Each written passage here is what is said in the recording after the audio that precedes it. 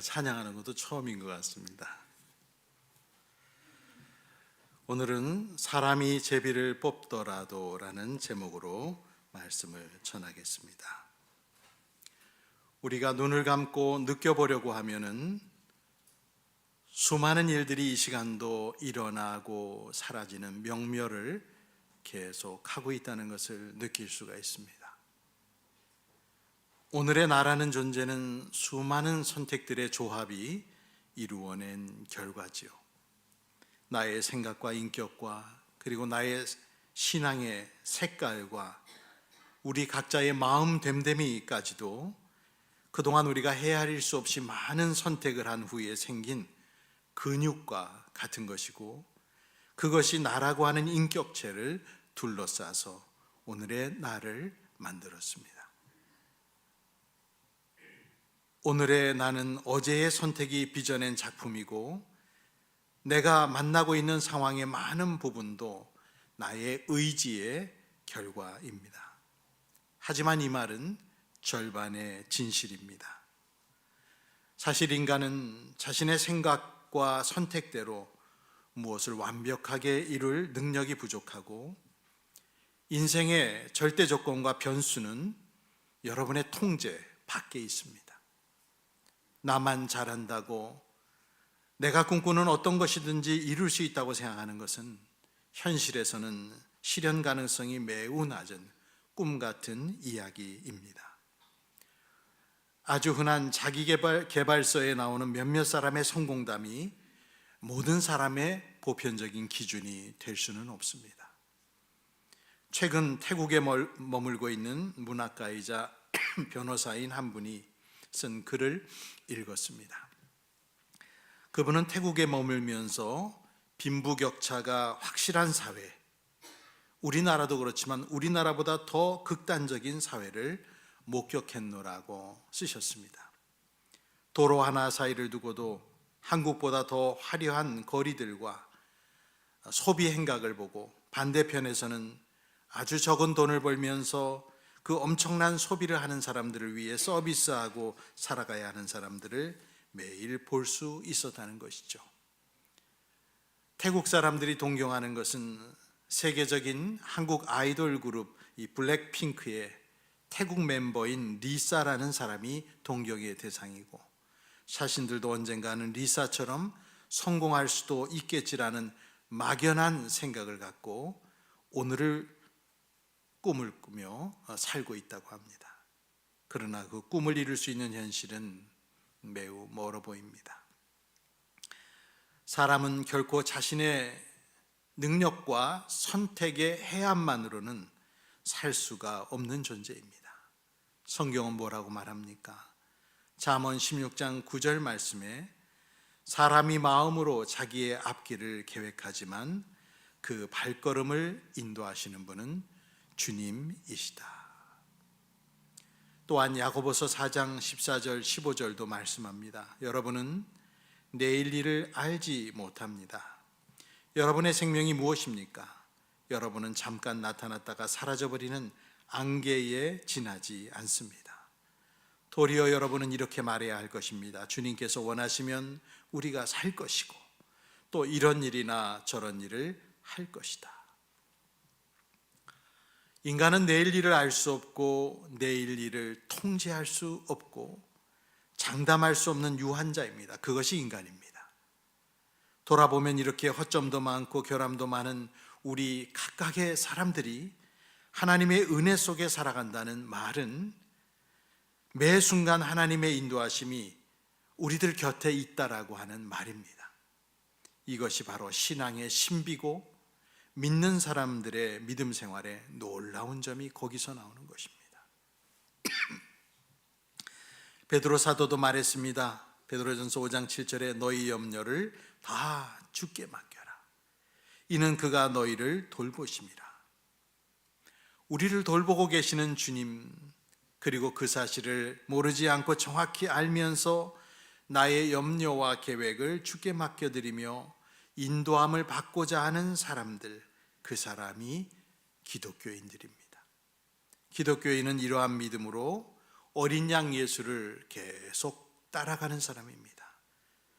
요한계시록 14장 4절은 말합니다. 그들은 어린 양이 가는 곳이면 어디든지 따라가는 사람들입니다. 그것이 크리스찬입니다. 목자 되신 주님을 따라가며 하나님의 도우심을 입고 사는 기독교인들이 바로 우리를 제일 잘 표현해 주는 말이라 할 수 있습니다. 이 사실을 아직 믿지 못하는 분 없을 수는 없겠지만 우리 가운데는 소수이기를 저는 바랄 뿐입니다. 하나님의 인도하심과 간섭하심이 매우 광범위하게 우리의 삶에 일어나고 있고 사람들에게뿐만 아니라 지구와 우주도 이 하나님의 은택을 입으며 지금 운행되고 있습니다. 예수께서는 이런 하나님 아버지의 은혜를 어느 정도로 강조하며 말씀하셨는가 하면은 흔해 빠진 참새의 존재와 매일 우리에게서 나고 빠지는 머리카락의 숫자를 들어서 듣는 사람들의 머리에 확실히 각인을 시켜주셨습니다.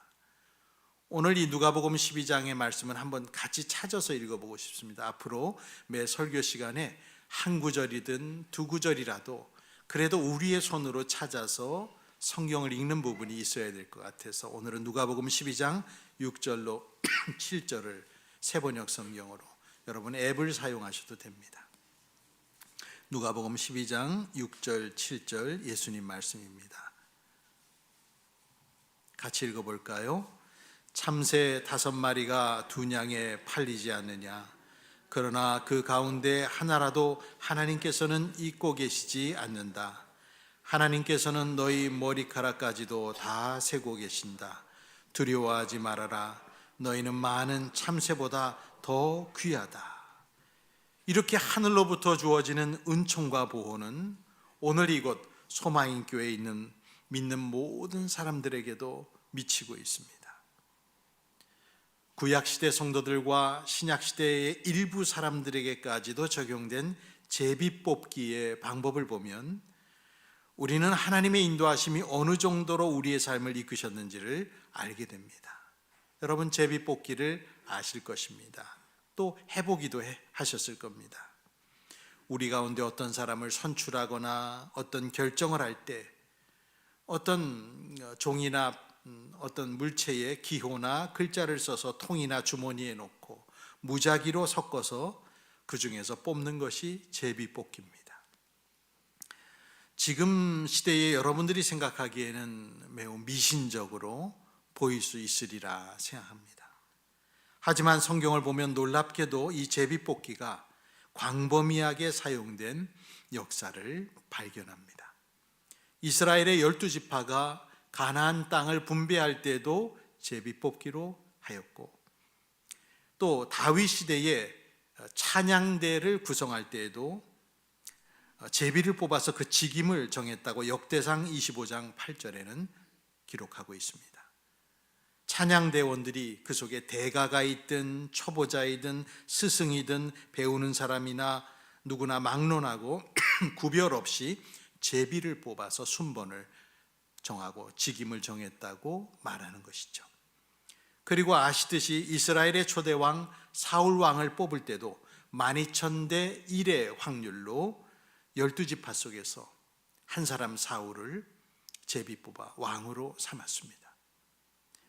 그런가 하면 누가 죄를 지었을 때에 그걸 밝혀낼 때도 제비를 사용했습니다. 가장 유명한 사건이 여호수아서 7장에 나온 아간의 범죄 사건임을 여러분은 아실 것입니다. 이스라엘 백성들이 아이성 전투에서 패배했을 때 그 책임이 범죄한 어떤 사람 때문임을 알게 되어 결국 하나님의 명을 따라 제비를 뽑아 아간이라는 사람을 찾아내었습니다. 여러분 그 구절을 보면 하나님이 아간이다라고 말해주지 않으시고 그것을 찾아내게끔 하시는 게 아주 독특합니다. 어떤 사람이 죄를 지었다는 말씀까지도 다 해주시고 이름은 결코 말해주지 않으십니다. 하나님의 뜻이 있겠죠. 그리고 요나서를 보면 하나님의 명령을 거역하고 가야 할 선교지의 반대 방향으로 도망하던 요나 선지자가 올라탄 배가 큰 풍랑을 만나자 뱃사람들은 범상치 않은 이 풍랑의 원인이 누구 때문인지를 밝혀내고자 제비를 뽑았는데 결국 요나가 뽑혔습니다.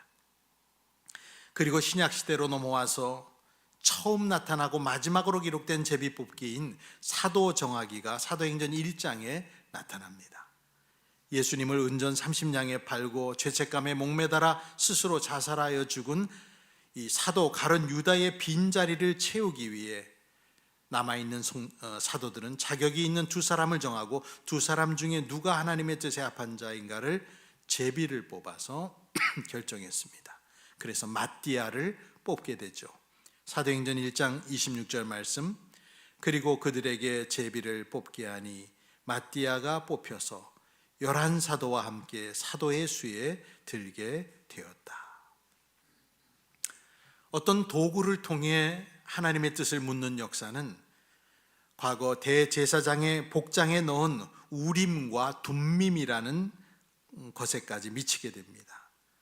대제사장이 입었던 예식복인 에봇이라는 옷 앞에는 흉패가 있었는데요, 그 가슴을 막는 장식하는 그 흉패 앞에 지금으로서는 그 모양을 추측할 수 없는 우림과 둠밈이라는 도구를 그 속에 넣었습니다. 대제사장은 나라의 중요한 일이 있을 때 그것을 꺼내어 우림과 둠밈을 통해 하나님의 뜻을 물었습니다. 그래서 우림과 둠밈은 하나님의 뜻을 묻는 일종의 신탁의 도구였습니다. 레위기 8장 8절에 모세는 또 아론에게 가슴바지를 달아주고 그 가슴바지 속에다가 우림과 둠밈을 넣어 주었다. 성경은 이렇게 말합니다.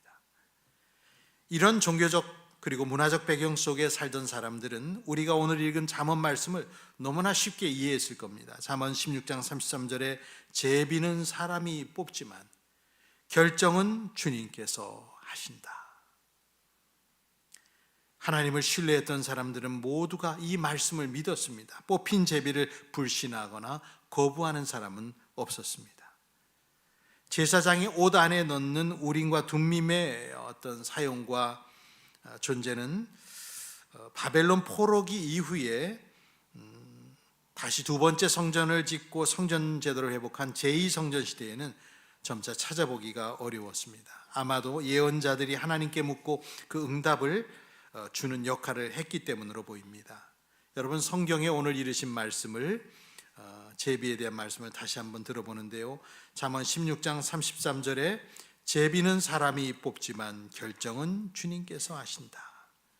같은 장 16장 1절에도 일맥상통한 말씀이 나오는데요, 계획은 사람이 세우지만 결정은 주님께서 하신다. 16장 3절도 비슷한 결의 말씀입니다. 네가 하는 일을 주님께 맡기면 계획하는 일이 이루어질 것이다. 이 모두가 다 하나님의 손 안에서 이루어지고 인도된다라고 하는 뜻을 담고 있습니다.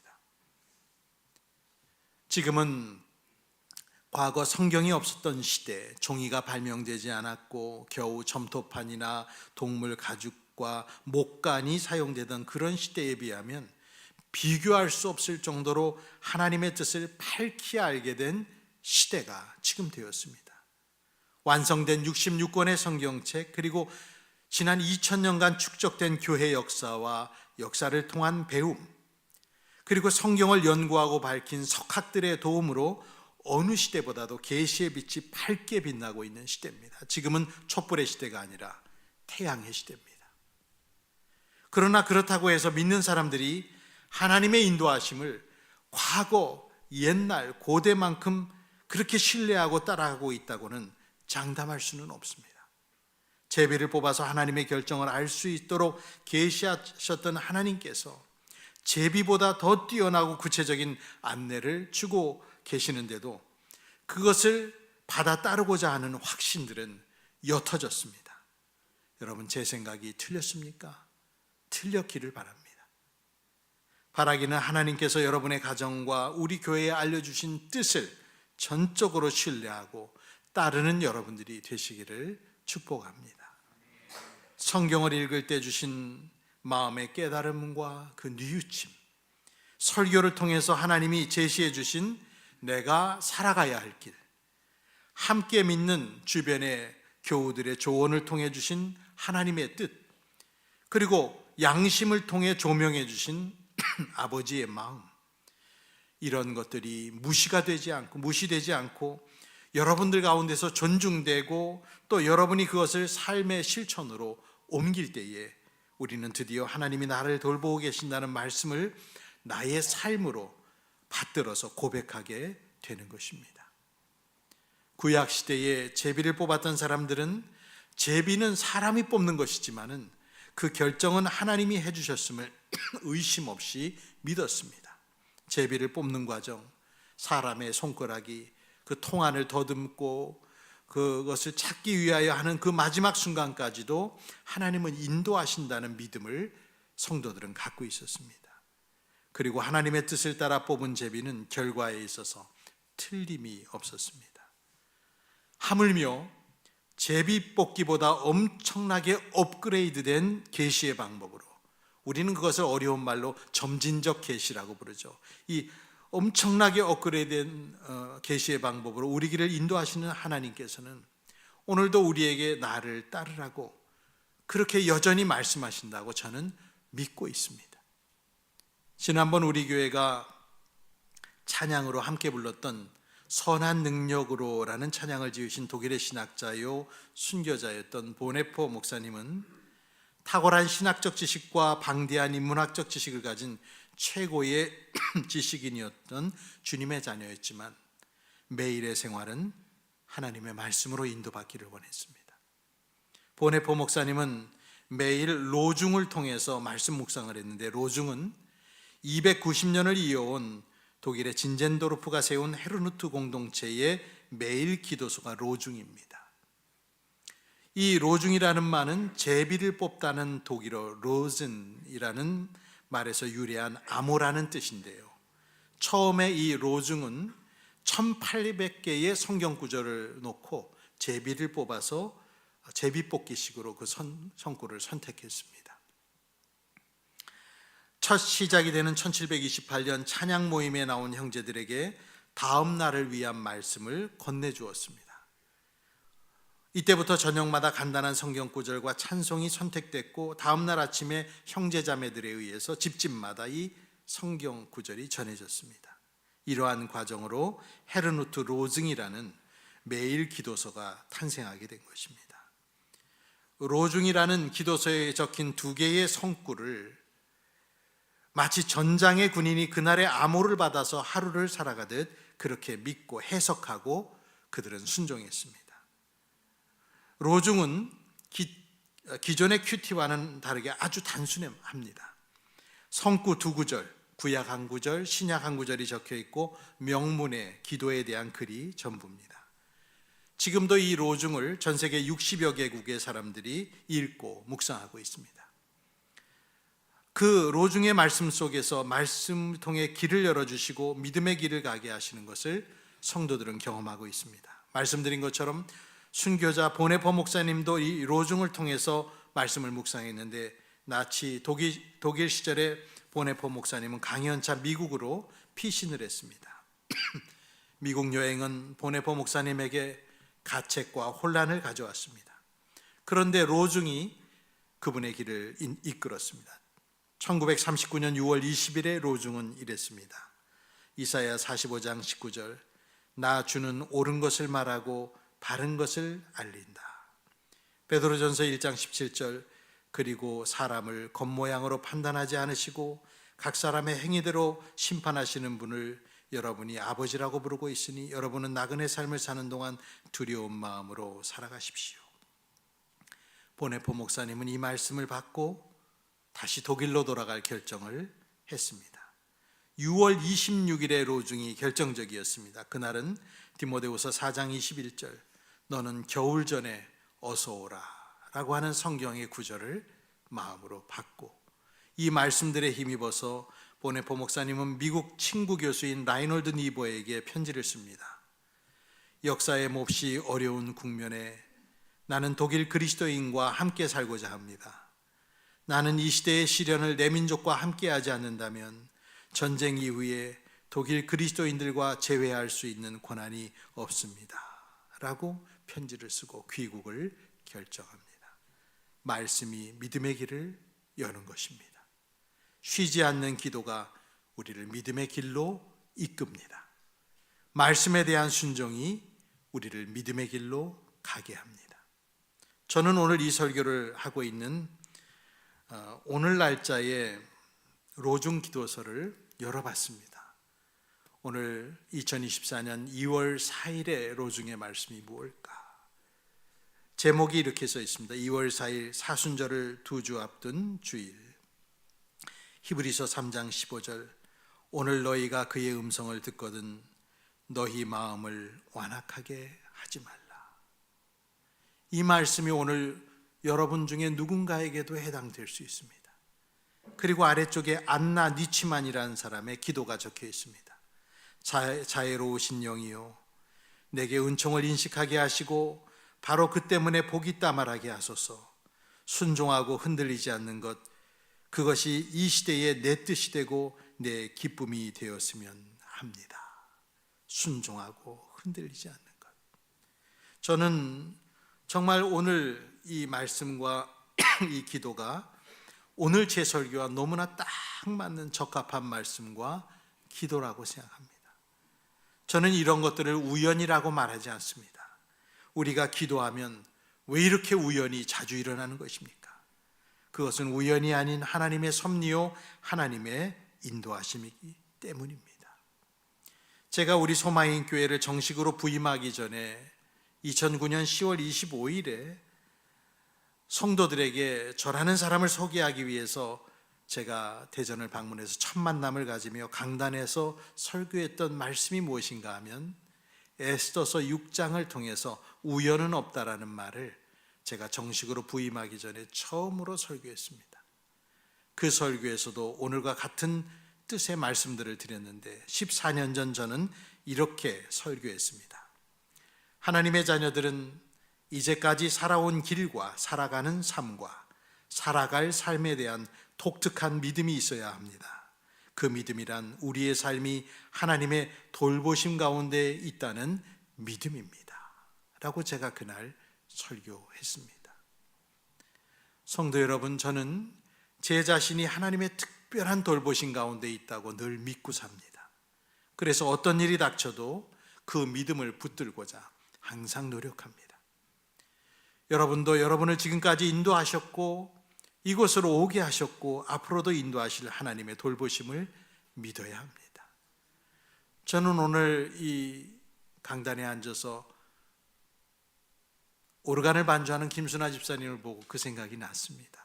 저희 교회를 등록하실 때 처음 오셨을 때 그날 저희 교회는 오르간 반주자가 없어서 오르간 반주자를 위해 기도해 주세요 했는데 앉아있던 본인, 우리 교회를 처음 오신 본인은 그동안 오르간 반주를 쉬어서 하나님이 나를 오르간 반주를 하라 하시나 보다라고 느끼신 것이죠. 하나님의 말씀으로 인도함을 받는 것입니다. 우리 신자들의 매사는 무거워야 합니다. 일어나는 일들, 나에게 주어진 일들은 어쩌다 우연히 발생한 가벼운 일들이 아니라 나의 기도와 하나님의 인도하심이 합쳐져 생긴 우주적인 사건이고, 그리고 놀라운 기적이라고 하는 것은 다름 아니라 매일이라고 부르는 오늘과 지금 함께한 사람들과 지금 몸담고 있는 교회가 가장 놀라운 기적입니다. 우리의 매일은 하나님이 뽑아주신 제비인 줄 믿습니다. 여러분의 가정은 하나님이 구역을 정하여 주신 보금자리입니다. 여러분이 섬기고 있는 교회는 교회의 주인 되신 주님께서 친히 우리들을 이끌어 주신 곳입니다.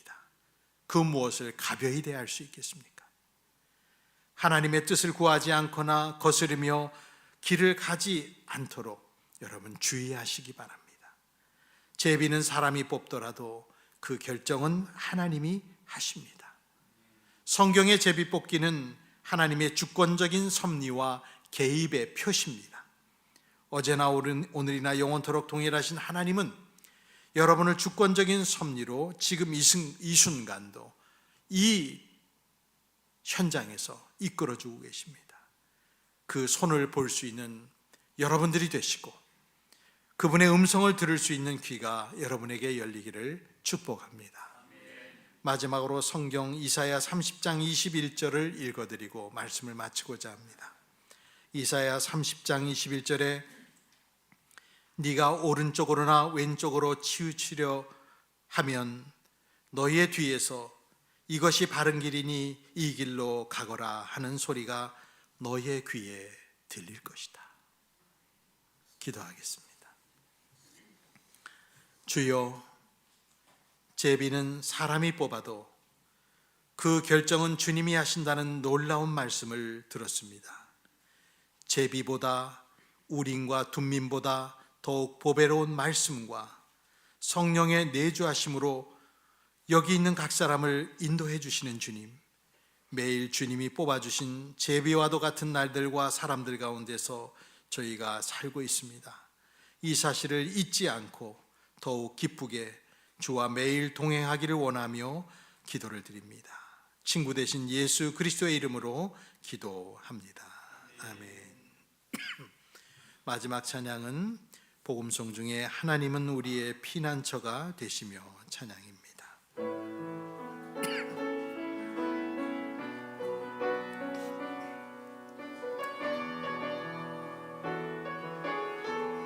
하나님은 우리의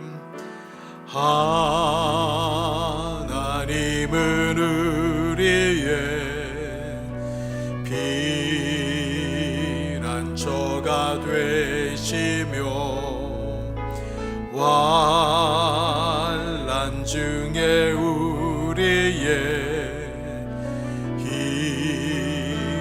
힘과 도움이시라. 너희는 가만히 있어